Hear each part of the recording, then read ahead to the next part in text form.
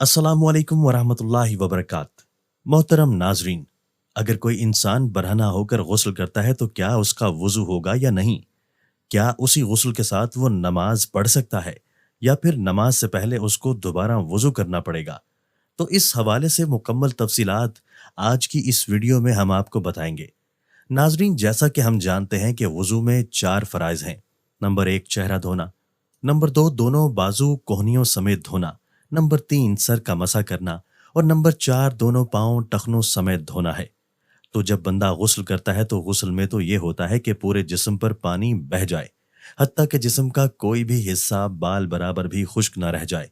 तो अगर उसके ऊपर गुस्ल फर्ज था और उसने गुस्ल कर लिया तो उसका वुजू भी हो गया, लेकिन अगर उसके ऊपर गुस्ल फर्ज नहीं था, वैसे ही नहा रहा है, तो अब भी अगर उसके वुजू वाले आज़ा धुल जाते हैं, उन पर पानी बह जाता है, वुजू के ये 4 फ़राइज़ अदा हो जाते हैं, तो इसी वुजू के साथ वो नमाज पढ़ सकता है। उसको दोबारा वुजू करने की ज़रूरत बिल्कुल नहीं है। बाज़ लोगों को इस हवाले से ये गलत फहमी होती है। वो ये समझते हैं कि जो शख्स गुस्ल करते वक्त बरहना हो गया तो उसका वुजू फासिद हो गया। अब अगर कोई शख्स बरहना हालत में गुस्ल करता है, नहाता है, तो उसका वुजू नहीं होगा। हालांकि ऐसा बिल्कुल नहीं है। अगर कोई शख्स बरहना हो जाए यानी उसका सतर खुल जाए तो उससे उसका वुजू फासिद नहीं होता, वुजू उसका बाकी है। हाँ, सतर का दूसरों के सामने छुपाना फर्ज है, लेकिन उससे वुजू फासिद नहीं होता। अब अगर कोई शख्स बरहना होकर गुस्ल करता है, नहाता है, तो उसका वुजू बाकी है। हाँ, अगर उसके अलावा कोई और ऐसी चीज पेश आई जिससे वो वुजू फासिद हो जाता है, तब तो उसको वुजू दोबारा करना पड़ेगा। अलबत्ता गुस्ल करने के बाद अगर कोई ऐसा मामला पेश नहीं आया जिससे वुजू फासिद होता है, तो उसी गुस्ल वाले वुजू के साथ वो नमाज पढ़ सकता है। उसको दोबारा वुजू करने की ज़रूरत बिल्कुल नहीं है। गुस्ल के कुछ आदाब व मसाइल हैं जिनका जानना भी ज़रूरी है। गुस्ल खाना में जाने से पहले बिस्मिल्लाह शरीफ पढ़ें। गुस्ल खाना में जाकर कोई दुआ नहीं पढ़ना चाहिए। हदीस शरीफ में उम्मुल मोमिनीन हज़रत आयशा सिद्दीक़ा रज़ी अल्लाह ताला अन्हा से रिवायत है। आप रज़ी अल्लाह ताला अन्हा फरमाती हैं कि रसूलुल्लाह सल्लल्लाहु अलैहि वसल्लम गुस्ल के बाद वुज़ू नहीं फरमाते थे। और दूसरी हदीस में है कि नबी करीम सल्लल्लाहु अलैहि वसल्लम ने फरमाया, जो शख्स गुस्ल के बाद वुज़ू करे तो वो मेरे तरीका पर नहीं। बरहना होकर गुस्ल करने से गुस्ल हो जाएगा, मगर गुस्ल करने में एहतियात यानी बंद जगह, गुस्ल खाना वगैरह में नहाए के सबके सामने सतर खोलना हराम है, जिसकी वजह से गुनाहगार भी होगा। जैसा कि अल्लामा अमजद अली रहमतुल्लाह ताला अलैह फरमाते हैं, ऐसी जगह नहाए कि कोई न देखे, और अगर ये ना हो सके तो नाफ से घुटने तक के आज़ा का सतर तो ज़रूरी है। अगर इतना भी मुमकिन ना हो तो तयम करे, मगर ये गुंजाइश बहुत अलग है। मजीद फरमाते हैं, अगर गुस्ल खाना की छत ना हो या नंगे बदन नहाए, बशर्ते के बताई गई एहतियात हो, तो कोई हर्ज नहीं। लिहाजा गुस्ल बरहना होकर हो जाएगा, और जब गुस्ल हो गया तो नमाज भी उस गुस्ल से पढ़ना जायज़ व दुरुस्त है, नमाज हो जाएगी। सैयदना अबू हुरैरा रज़ी अल्लाह ताला अन्हु फरमाते हैं, नबी करीम सल्लल्लाहु अलैहि वसल्लम ने फरमाया, सैयदना अय्यूब अलैहिस्सलाम बरहना गुस्ल फरमा रहे थे कि उन पर सोने की टिड्डियां गिरने लगी, तो वो उन्हें अपने कपड़ों में जमा करने लगे। तो उन्हें उनके रब ताला ने आवाज़ दी, ए अय्यूब, जिन्हें आप देख रहे हैं, क्या मैंने आपको उनसे गनी नहीं कर दिया? तो उन्होंने अर्ज किया, ए मेरे रब, क्यों नहीं, लेकिन तेरी बरकत से मैं बेनियाज नहीं हूँ। अलबत्ता जहाँ मुख्तलिफ मर्द मिलकर गुस्ल करते हों, जैसा कि नहरों, तालाबों या स्विमिंग पूल्स में होता है, तो वहाँ बरहना होना जायज़ नहीं है। सैयदना जाबिर रज़ी अल्लाह ताला अन्हु फरमाते हैं कि हुज़ूर नबी करीम सल्लल्लाहु अलैहि वसल्लम ने फरमाया, जिसका मफ़हूम कुछ यूं है कि जो भी अल्लाह ताला और क़यामत के दिन पर यकीन रखता है, वो गुस्ल खानों में शलवार के बगैर दाखिल ना हो।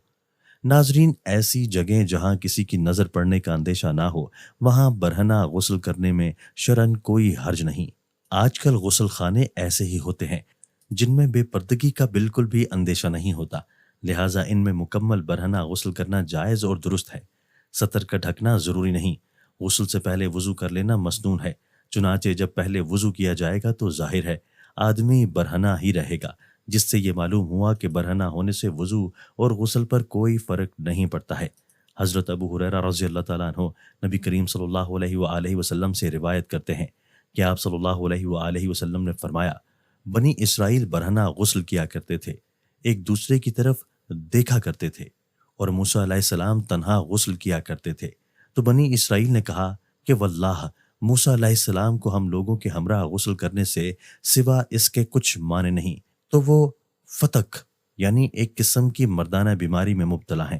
اتفاق سے ایک دن موسیٰ علیہ السلام غسل کرنے لگے اور اپنا لباس پتھر پر رکھ دیا، اور پتھر ان کا لباس لے کر بھاگا، اور موسیٰ علیہ السلام بھی اس کے پیچھے یہ کہتے ہوئے دوڑے کہ اے پتھر میرے کپڑے دے دے، اے حجر میرے کپڑے دے دے۔ یہاں تک کہ بنی اسرائیل نے موسیٰ علیہ السلام کی طرف دیکھ لیا اور کہا کہ واللہ موسیٰ علیہ السلام کو کچھ بیماری نہیں ہے، اور پتھر ٹھہر گیا۔ موسیٰ علیہ السلام نے اپنا لباس لیا اور پتھر کو مارنے لگے۔ سیدنا ابو ہریرہ رضی اللہ تعالیٰ عنہ کہتے ہیں کہ اللہ کی قسم موسیٰ علیہ السلام کی مار سے اس پتھر پر 6 یا 7 نشان اب تک باقی ہیں۔ محترم ناظرین، اس کے علاوہ وضو کے ٹوٹنے کے اسباب کے بارے میں بہت سے سوالات ہوتے ہیں، کچھ غلط فہمیاں ہوتی ہیں، تو اس کے بارے میں بھی جان لیتے ہیں۔ ناظرین، غسل کے دوران بدن کے کسی بھی حصے پر ہاتھ لگ جانے سے وضو نہیں ٹوٹتا، اور نہ ہی دوبارہ وضو کی ضرورت ہوتی ہے۔ حدیث پاک میں ہے، بدن میں کوئی چیز داخل ہونے سے روزہ، اور بدن سے کسی چیز خارج ہونے سے وضو ٹوٹ جاتا ہے۔ وضو ٹوٹنے کے اسباب درج ذیل ہیں۔ جن چیزوں سے وضو ٹوٹ جاتا ہے وہ 2 قسم کی ہیں۔ نمبر 1، جو انسان کے جسم سے نکلیں، جیسے پیشاب، پخانہ، رہ وغیرہ۔ نمبر 2، جو انسان پر طاری ہوں، جیسے بے ہوشی، نیند وغیرہ۔ پہلی قسم یعنی انسانی جسم سے نکلنے والی چیزوں کی بھی 2 قسمیں ہیں۔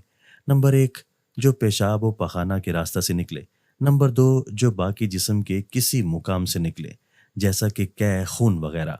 ان 2 راستوں کے علاوہ جسم کے باقی حصہ کے کسی مقام سے کچھ نکلنے کی یہ صورتیں ہیں۔ کوئی ناپاک چیز نکلے اور جسم پر بہے، مثلاً خون یا پیپ وغیرہ، تو وضو ٹوٹ جاتا ہے، خواہ تھوڑی سی ہے۔ اگر آنکھ میں خون نکل کر آنکھ میں ہی بہا اور باہر نہیں نکلا تو وضو نہیں ٹوٹا۔ قے میں اگر خون یا کھانا یا پانی منہ بھر کر نکلے تو وضو ٹوٹ جائے گا۔ اگر منہ بھر سے کم ہو تو وضو نہیں ٹوٹے گا۔ اگر خالص بلغم نکلے تو وضو نہیں ٹوٹے گا، خواہ منہ بھر کر ہی ہو۔ منہ یا دانتوں سے خون تھوک کے ساتھ مل کر آئے تو اگر خون تھوک پر غالب یا برابر ہے تو وضو جاتا رہے گا، اور کم ہے تو نہیں ٹوٹا۔ اگر زخم پر خون ظاہر ہوا اور اس کو انگلی یا کپڑے سے پونچھ لیا، پھر ظاہر ہوا، پھر پونچھ لیا، کئی بار ایسا کیا، اگر یہ سب دفعہ کا خون مل کر اتنا ہو جاتا ہے کہ بہہ جائے تو وضو ٹوٹ گیا، ورنہ نہیں۔ اگر آنکھ یا کان یا چھاتی یا ناف یا کسی حصہ جسم سے درد کے ساتھ پانی نکلا تو اس سے وضو ٹوٹ جائے گا۔ اگر بغیر درد کے نکلا تو وضو نہیں ٹوٹے گا۔ اگر آنکھ نہ دکھتی ہو اور محض نزلہ کی وجہ سے یوں ہی پانی آئے یا آنسو نکل آئے تو وضو نہیں ٹوٹے گا۔ اگر جمع ہوا خون مسور کے دانے کے برابر ناک صاف کرتے وقت نکلے تو وضو باقی رہا۔ وضو توڑنے والی دوسری قسم کی چیزیں یعنی جو انسان پر طاری ہوتی ہیں، اس کی یہ صورتیں ہیں۔ نمبر 1، نیند۔ لیٹ کر سونا، چت ہو یا پٹ یا کروٹ پر یا تکیہ وغیرہ کے سہارے سے ہو یا کسی اور شکل پر ہو جس سے سرین زمین سے جدا ہو جائے، یا صرف ایک سرین پر سہارا دے کر سو جائے تو وضو ٹوٹ جائے گا۔ سہارے کا مطلب یہ ہے کہ اگر سہارا ہٹا لیا جائے تو وہ گر پڑے اور سرین زمین سے جدا ہو جائے۔ اگر بغیر سہارا لیے کھڑے کھڑے یا بغیر سہارا لگائے بیٹھ کر سو جائے، یا نماز کی کسی حیت پر جو مردوں کے لیے مسنون ہو، مثلاً سجدہ یا قدے میں مسنونہ حیت پر سو گیا تو وضو نہیں ٹوٹے گا۔ اگر دونوں سرین پر بیٹھا ہے، گھٹنے کھڑے ہیں، ہاتھ پنڈلیوں پر لیٹے ہوئے ہیں اور سر گھٹنوں میں ہے تو اس حالت میں سونے سے وضو نہیں ٹوٹے گا۔ نمبر 2، بے ہوشی، خواہ بیماری یا کسی اور وجہ سے ہو، مثلاً غشی، جنون، مرگی اور نشہ وغیرہ سے بے ہوشی ہو جائے تو وضو ٹوٹ جاتا ہے۔ نمبر 3، نماز کے اندر کہہ مارنا، یعنی اس طرح کھل کھلا کر ہنسنا کہ اس کے برابر والے سن لیں۔ کہکا وضو اور نماز دونوں کو توڑتا ہے۔